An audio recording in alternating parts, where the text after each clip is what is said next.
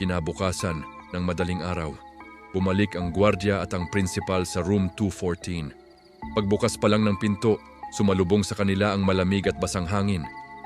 Dapat tuyo na ang sahig, pero laking gulat nila nang makita ang isang bagong basang marka. Hindi ito bakas ng paa. Mukha itong bakas ng isang katawan na kinaladkad patungo sa likod ng classroom. Sa sahig, may mga nakakalat na papel at gamit ng teacher. At doon sa dulo, sa huling upuan, nakaupo ang isang anino ng tao.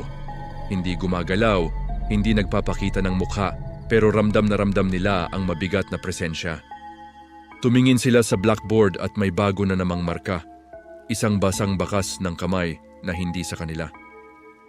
Nakatayo lang sila roon, hindi makagalaw sa takot. Sa isang iglap, bigla na lang itong nawala. Simula noon, hindi na nila iniwan ang room 214 na walang tao. Ikaw, anong horror story mo? I-comment mo na yan sa baba.